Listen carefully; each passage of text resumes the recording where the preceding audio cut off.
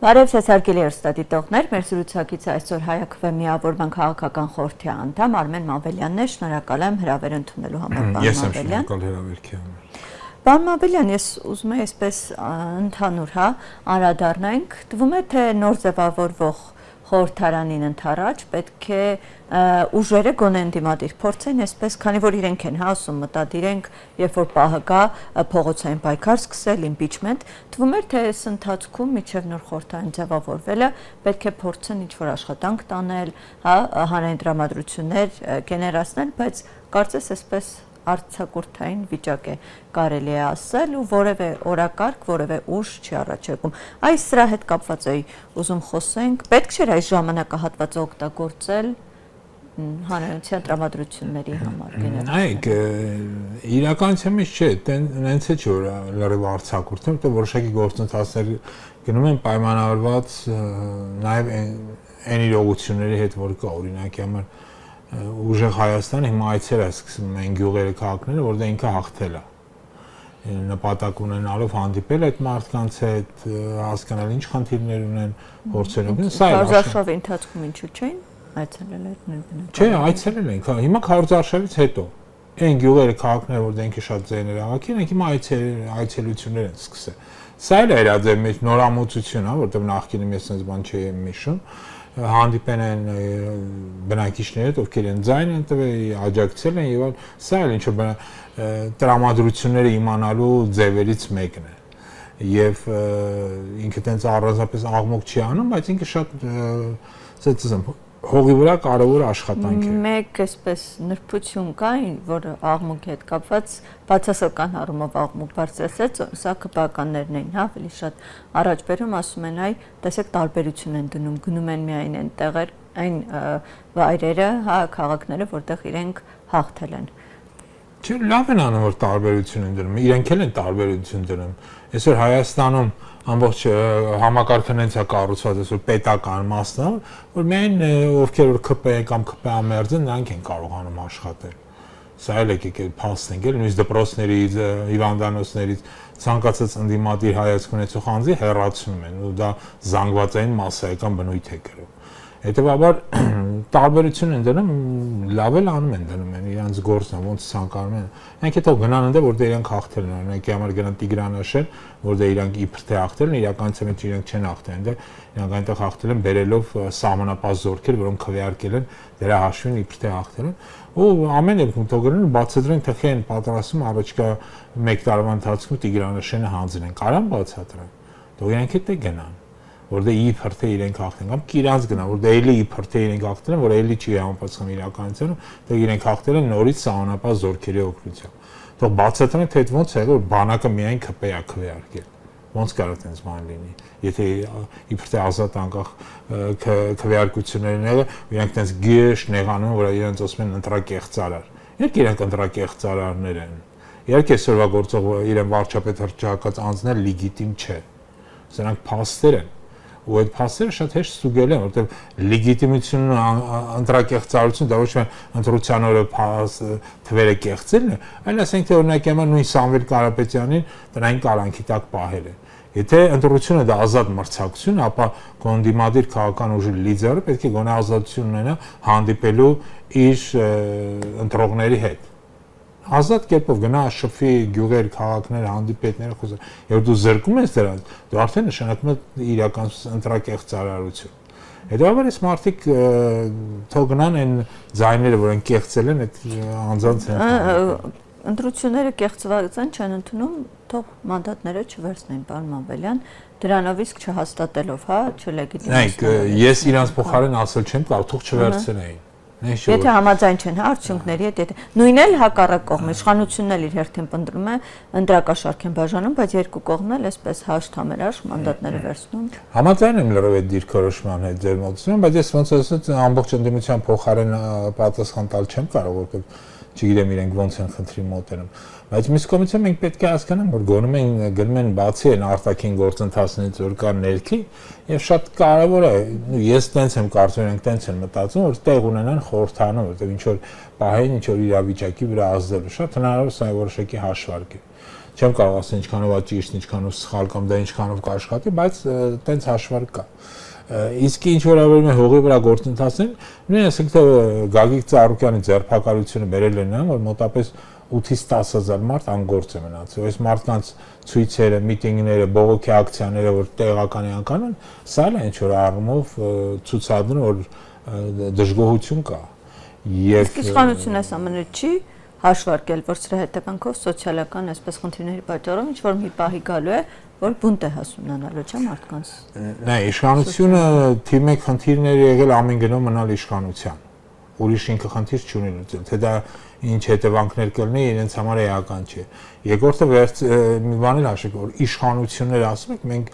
նկատի չունենք, որ ինչ որ կոլեկտիվ մի կամ քաղաքական ուժ կա, որ ինչ որ իշխանություն է ձեռում։ Դա կա մեկ անձ, որը եւ երկիր ապրում է մեկ անձի կապրիզներով։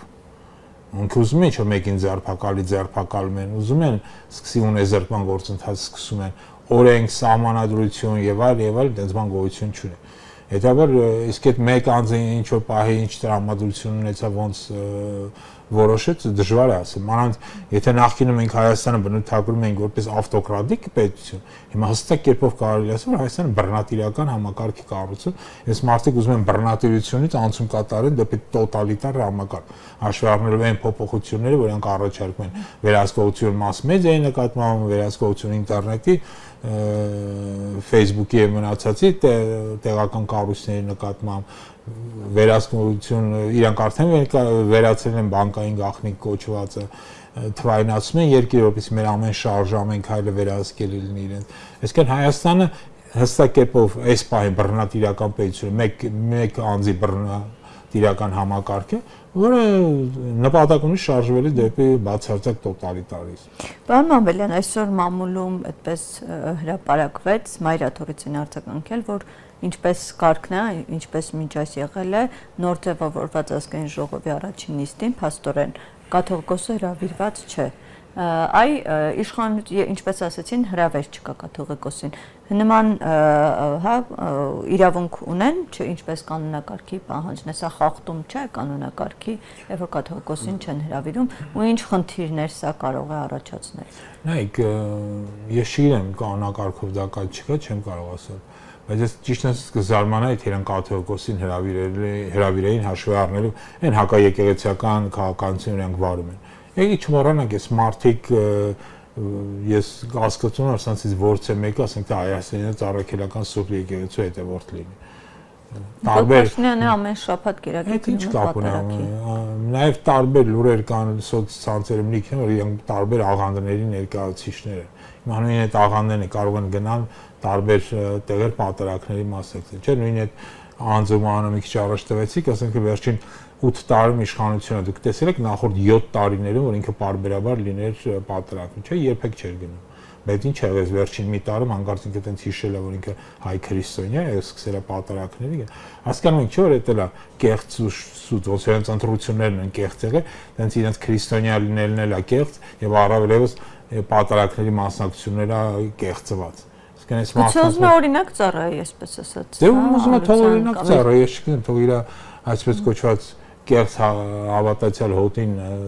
օրինակ ծառայի։ Բայց նորս եմ, այս մարդու 8 տարուց ավել է իշխանությանը, 8 տարի մեջ 7 տարին ինքը երբեք եկեղեցու չէ, կամ եղել է առիթից առիթ դեպքից դեպք։ Իսկ ընդդիմադիրները չպետք է հստակ պահանջներ կայացնեն, հա, որպես իրենք էլ հա պատգամավորներ, որպեսզի առաջին նիստին, ինչպես կարգն է կաթողիկոսը։ Նայեք, ես կարծում սա էական չէ, էլի, իսկապես կմասնակցի կաթողիկոսը չի մա։ Էական է, որպեսզի ընդդիմադիր ուժերը կարողանան միասնական գործողությունների հարթակ ստեղծել։ Այս սա շատ ավելի կարևոր է։ Միջև հիմա եթե հարթակը, այսպես ասած, Դե չկա։ ես գիտեմ, որ ինչ-որ բանակցային գործընթացներ գնում են, հուսամ վերջ-վերջը կայացնենք դրան։ Ում միջև է գնում։ Դե տարբեր ընդդիմադիր ուժերի է։ Միայն մի հայտարարություն հնչեց ավելի վաղ Սամվել Կարապետյանն էր ասում, բայց դրանից հետո այսպես շարունակություն դրան չտրվեց։ Ես ունեցած տեղեկությունների հանդիպումներ կա, որոշակի քննարկումներ կա, դա վերջ-վերջը կարող է ինչ-որ արդյունքի հանգեցնել։ Առաջնորդների միջև նկատի ունեք։ Նորս ես դժվարանում եմ ասել էլի ինչ մակարդակով է։ Բայց ամեն դեպքում ես գիտեմ, որ այդ գործընթացների խորհրդակցությունները գնում են։ Թե դա ինչով կավարտվի արդյոք միասնական հարթակի ստեղծման թե չէ, ես չգիտեմ, բայց անկախ նրանից թե իրենք ինչ գործընթացներ են անում, իմ խորին համոզմամբ ընդդիմադիր տրամադրված բնակչությունից դա ինչպես այս ընտրությունները կեղծված ընտրությունները ցույց տվեցին մեծամասնություն ենք ասում 50% եւ ավելի ապա նրանք իրավունք ունեն այլ ընտրանքային օրինակի համար խորհրդարան տեսնելու այլ ընտրանքային քաղաքական ուժեր քաղաքական կենտրոն օրինակի համար ես կարծում եմ որ ժամանակն է ստեղծել հանրային խորհուրդ շատ լայն ներկայությամբ բոլոր մարզերի բոլոր համայնքների տարբեր ընդդիմադիր քաղաքական ուժերի մասնակցությամբ լայն հանրային խորհուրդ որտեղ տարբեր տիպի քննարկումներ տեղի կունենան սկսած այն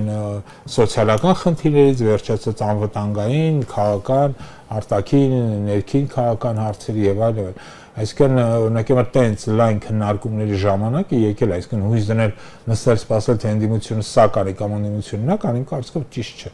պետք է տեղից նախաձեռնություն սկսի օրինակ համար ասենք հենց հայաքվե ազգային քաղաքացիական միավորումը փորձում է տարբեր ուժերի հետ ոչ քաղաքացիական այդ տիպի հարթակներ ստեղծի, այդ տիպի քննարկումներ անի։ Մոտավորապես մի երկու շաբաթ առաջ երևի առաջին դες քննարկման փորձը եղավ Սիրահարների այգում, որտեղ որոշակի բեմ կա, որտեղ հավաքվեցին մի փոքր խմբով քննարկում անի։ Ու դա շարունակական է լինելու, երևի հաջորդը նույնպես կանենք արդեն ավելի մեծ եւ որոշակի քաղաքական տենց ուժային կենտրոն կստեղծենք ուժային մտքի ուժի առումով։ Պարոն Աբելյան, ես ուզում եի նաև հետաքրքրվել Ավետիք Չալապյանի հետ կապված, չգիտեմ, այս ընթացքում թեկուզ հարազատների միջոցով, հա, փորձել եք այսպես ինչ վիճակում է նա գործից, ինչ որ նորություն։ Նայեք, գաղտնիք չէ, Ավետիք Չալապյանը ցավոք սրտի էս արդեն 22 թվականից սկսած հետապնդումների մեջ է։ Այդ մարդը եկել էր Հայաստան 2020 թվականին, որ պատերազմը սկսեց, Ավետիք Չալապյանը վերադարձավ Հայաստան, մի նպատակով Հայաստանում զարգացնել տնտեսությունը, հատկապես ռազմաարդյունաբերությունը։ Ինքը շատ լավ հասկանում էր այդ ուղղությունը եւ նրա նպատակը չէր քաղաքականության մեջ մտնել։ Այլ բանա որ 20 թվականի պատերազմը այդ խայտարակ պարտությունը, դրանից հետո այդ խայտարակ քաղաքականությունը 2021-ին ցած վերարտադրությունը շատ པարզ դարձեց Ավետիք Չալապյանի եւ նրա ընկերները որ այս մարդիկ տանում են երկիրը մաս-մաս բաժանելու առաջին արդեն Արցախն են ուզում հանձնել, դա արդեն པարզ էր եւ հետագայում Հայաստանի մնացած մարզերը։ Դա մեր Ավետիքը շատ ակտիվ է պայքարի մեջ էր մտնել եւ այսօր ինքը ցավոք սրտի բանտում է հենց այդ պայքարի համար։ Ինչ վերաբերում է այդ քրեական գործի, ապա ցավոք սրտի այսօրվա իշխանությունները ցանկացած այդպես երկու ամսվա կալանք օգտագործեն որպես պատժամիջոց։ Բնականաբար իրան արգելված է ընտանիքի հետ կապվել կապի մեջ լինել։ Կապի միջոցներ չկան։ Կապը միայն փաստաբանների միջոցով է։ Այսինքն իր թեմա թե ինչի համար, հենց ինքը չի կարող այդ մարդը իր կնոջ հետ շփվի, երեխաների հետ շփվի եւ այլն։ Բայց ցավոք սրտի այս անձիկ օգտագործում են երկու ամսվա կալանքներ, որոնք massայաբար բոլորին տալիս են բոլոր ընդդիմադիրներին, որպես ծանր պատժամիջոց արգելելու հետ կապված ինչ որ տեղեկություն ունեք։ Դե պահման պայմանները Հայաստանում լավ պահման պայմաններ չկան ընդհանրապես։ Ես ինչքան գիտեմ, էլի ես չեմ եղել տեղերում, բայց գիտեմ որ մանավանդ այս շոկ պայմաններում ես չեմ կարծում որ կոնդիցիոներներ կան եւ այլն եւ ինչ որ մեկին բանով օգնում։ Վատակուն պայմաններն են եւ մարդկանց նույնիսկ եմ කියում հնարավորինս բոլորին եթե Ավետիքին Չալապյան, իսկ վերջերս Արեքնազներ Մանուկյան գրել որ իրան զրկել են նույնիսկ իր աղջկա հետ կապվելու խոսալու հնարավորությունից եւ այլն, այսինքն այս մարդիկ այնաշան քենախնդիր ու մանր անձնավորությունները, որ այս երկու ամսվա կալանք արդեն որպես պատիժ են օգտագործում իրենց ընդդիմադիրների նկատմամբ։ Պարոն Աբելյան, եւ մի հարցի էի ուզում անդրադառնանք, այս քաղաքական իրավական աղմուկի մեջ մի հարց է այսպես խլացվել ու երկրորդ պլան մղվել, այ գերիների հետ կապված, եթե տեսնում ենք որևէ այդպես դիրքորոշում կամ որևէ քայլ ամեն դեպքում, հա, գոնե հայտարարությունների մակարդակով չի արվում որպես այդպեսին։ Նայեք, մենք ես նույնիսկ համոզված եմ որ արվում է հակառակը։ Արվում է ամեն ինչ, որպեսզի այդ գերիները ինչքան հնարավոր է երկար մնան։ Արվում է ամեն ինչ, որպեսզի գերիները հետ չգան։ Իսկ ինչու։ Ինչն է պատճառը ցես։ Որտեղ այդ մարդիկ երբ որ հետ գան, այդ մարդիկ մեղադրանք են ներկայացնելու գործող քաղաքական ռեժիմին, թե ինչու իրենք տապալեցին Արցախը, թե ինչու հանձնեցին Արցախը։ Իրանք ոչ թե դավակի քաղաքական մակարդակով մեղադրանքը, ոնց որ ես կարող եմ ներկայացնել, այլ սա ավելի փաստարկված, փաստերով, որտեղ իրանք բանակցային գործընթացին են շատ լավ ծանոթ, գիտեն ով հետ ակապը խոսած է ինչ են պայմանավորվել։ Օրինակ իշխանությունները միշտ ասում են սա այնպիսի հարց է, որ բացի քննարկումներ չեն արվում, այլ այսպես միայն փակ, առանձին հանդիպումներում։ Դրա համար այդպես տեղեկություն չի տրվում։ Նայեք, մենք ունենք որով հակառակը, չէ՞, նույն Ռուբեն Վարդանյանի մի քանի հայտարարություններ տարածվել են, եւս գերիներս մի շարք մարդկանց հայտարարություններ, մի բան են հուշում, որ նույնիսկ տեղում ադրբեջանցիները իրենց ասում են, որ գերիները գերության մեջ են միջև հիմա, որովհետեւ Հայաստանի իշխանությունը այնցով չի զբաղվում։ Ու շահագրգռված չէ, որպես իրանք ազատ արձակվեն։ Այս մեսեջը հստակ կերպով նույն գերիների հայտարարությունների մեջ մենք պարբերաբար տեսնում ենք։ Հետևաբար խոսակցությունները լուր բանակցային գործընթացի եւ այլի մասին դրանք իսմա ընդհանրապես կեղծ խոսակցություններ են, որովհետեւ այս ընթացքում սրանք այնքան բան են զիջել Ադրբեջանին, կարեն չէ մի զիջման դիմաց, օրինակ թրիպի ստորագրման դիմաց պանջերին ազատ արձակել բոլոր գերիները։ Համոզված եմ, որ ասենք թե օրինակ նույն Թրամփը միանգամից կպաշտպաներ ու կասեր հա ազատ արձակեք ու թրիպը օրինակի համար ստորագրում, բայց նույնիսկ այդ պահանջը նախապայման չի դրվում։ Որպես նախապայման։ Եթե հանրային ճնշում լիներ նույն այս վարկագիծը կլիներ։ Պահանջ լիներ նման։ Ես ասի Հայաստանը հստակ կերպով բռնատիրական համակարգ է։ Բռնատիրական համակարգերում հանրային ճնշումը չի աշխատում։ Սա կարող է աշխատել որոշակի ավտորիտարիզմի պայմաններով, որ հանրային կարծիք կարելի է գեներացնել եւ հանրային ճնշում անել։ Հիմա մենք արդեն քանի տարի ապրում ենք հստակ բռնատիրական համակարգում, իսկ այդ բռնատիրական համակարգի ձևավորումը կարելի է ավարտվեց հունիսի 7-ով այս ընտրությունների կեղծմամբ։ Այսօր Հայաստանում իշխում են ոչ լեգիտիմ իշխանություններ։ Ու դրա մասին ոչ միայն ես եմ խոսում, դա մասին նաեւ դրսում են խոսում։ Նույն արևմուտքն է խոսում, նույն Եվրամիությունն է խոսում, որ Հայաստանում կեղծ իշխանություն է, լեգիտիմ չեն այս մարդը։ Ու իրենք ձեռ է տալիս սա։ Ձեռ է տալիս իրենց հերթական ճնշման ենթարկելու համար, հերթական անգամ։ Սա էլ շեշտեմ, որ նաև այս ոչ լեգիտիմությունը, այս կեղծարարությունը հնարավոր եղավ նաև այս սահմանադրության գոյության պայմաններում, որը ընդհանրապես հակաժողովրդավարական է, որտեղ որ գրած է դու գնում ես մեկին ես ձայնը տալի, բայց հետո բարձում է ձայները գնում են ուրիշին, որտեղ այդ մեկը ասենք թե ստանում է ձայների 3.9%-ը։ Ու այդ քո ձայները տրված ընդդիմությանը հանգարց բարձում է գնում է իշխանություն։ Ոնց կարա ես գնամ ձայն տամ ընդդիմությանը, չգիտեմ, տամ Բարգավաճին, տամ Արման Թաթեյանին, բայց իմ ձայները գնան հասնեն Նիկոլին։ Ու այդ տեղերը ասենք թե ԿՊ-ն վերցին, սա ինչ է։ Սա նաև գալիս է այն մարդիկ, ովքեր այս սահմանադրությունը գրել են, իմ փորն ամուսն։ Հիմա ասում են ուզում ենք փոխենք սահմանադրությունը։ Հավատացեք, որ նախ այս սահմանադրությունը են ձեռը տալիս է, որ Ադրբեջանը պահանջում է սահմանադրություն փոխել, ինքը թքած ունի սահմանադրությունը, ինքը պահանջում է անկախության հռչակագրից հրաժարվել։ Սրանք իրենց հերթին որոշակի սահմանադրական փոփոխություններ են ուզում անել, որպեսզի գործող քաղաքական ռեժիմը երկարացնի նրա կյանքը։ Որտեղ Հայաստանում հիշենք էլի 3 սահմանադրություն ենք ունեցել 96-ին, հետո եթե չեմ սխալվում 2005-ին, ապա եւս վերջին սահմանադրությունը, բոլոր սահմանադրությունները գրվել են մի տրամաբանության մեջ։ Գրվել են գործող այդ պահին գործող իշխանության ուժեղացնելու եւ նրա իշխանությունը հավերժացնելու համար, ուժ ոչ թե տրամաբանությամբ։ Բոլոր 3-ն էլ։ Եվ դրա համար Հայաստանում երբեք հնարավոր չի եղել ժողովրդավարական ընտրություններով իշխանափոխություն անել, որովհետև 3 սահմանադրություններ դա փաստորեն արգելել են։ Այս սահմանադրությունն էլ արգելում։ Այլ ընդհակառակը հնարավորություն տալիս, որ այն մարդը, որը կեղծիքներով եւ չգիտեմ ինչով 49% հավաքել, այսօր սահմանադրության խորհրդանում մոտ 60%-ից ավելի ձայն ունեն։ Սա սահմանադրական բացի հետևանք։ Այո, բացել մեղմ ասեց, էլ ուղղակի այն մարդիկ ովքեր գրել են հանցագործ անտարբերություն կամ հակառակը կազմակերպված հանցագործություն են դրսևորել եւ ուղղակի գրել են մի սահմանադրություն, որը գործող իշխանությանը ամրապնդելու համար։ Շնորհակալ եմ ձեզ, պարոն Մավելյան։ Ես եմ շնորհակալ։ Հարգելի հեռուստադիտողներ, հիշեցնեմ, որ մեր տաղավարում զրուցում ենք ՀԱԵԿ միավորման քաղաքական խորհրդի անդամ Արմեն Մավելյանի հետ։ Շնորհակալ եմ եթերին հետևելու համար, կհանդիպենք։